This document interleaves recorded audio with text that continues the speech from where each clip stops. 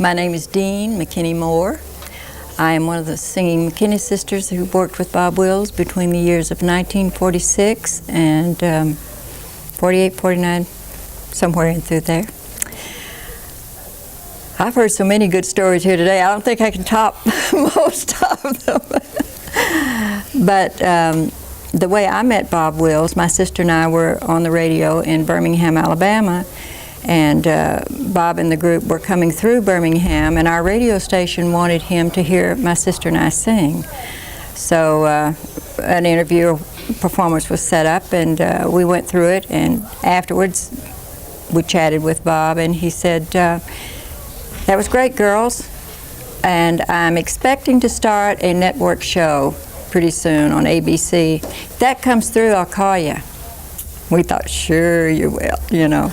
Don't call me, I'll call you. But he did call us in a few months, and we came to California, and it opened up a brand new world for us.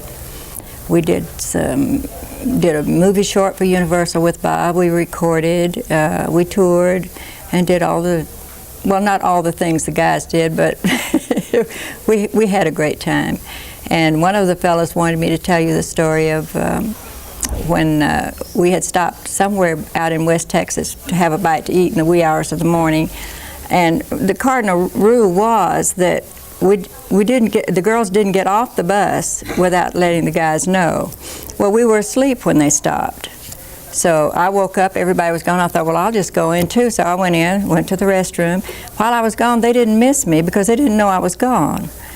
And they drove about 25 miles on down the highway, and someone said, "Where's Deane?" Well, I guess pandemonium broke out on that bus because they didn't know when I had gotten out, but they drove back to the restaurant, and when I was frantic. Can you imagine? Well, I was only 3 now when I joined Bob Wills, you understand. A little girl left in the middle of West Texas, all alone, could hardly speak that language, you know. They came back, pulled that bus in there, and it screeched to a stop. And at the time, we had a bouncer or bodyguard for Bob named Briggs. Briggs jumped off that bus, and he was a huge prize fighter. And he came running down there towards me, grabbed me, threw me over his knee, and he whacked me about 5 or 6 hard licks. And he set me back down on the ground. He said, "Young woman, don't you ever get off this bus again without letting me know where you're going." So that was one of my funniest stories. Let me ask you, how was it traveling with a bunch of guys? It was great. We were never treated more respectfully than we were with those boys. We never had any problem. My husband Tiny Moore and I met on that band, and were married.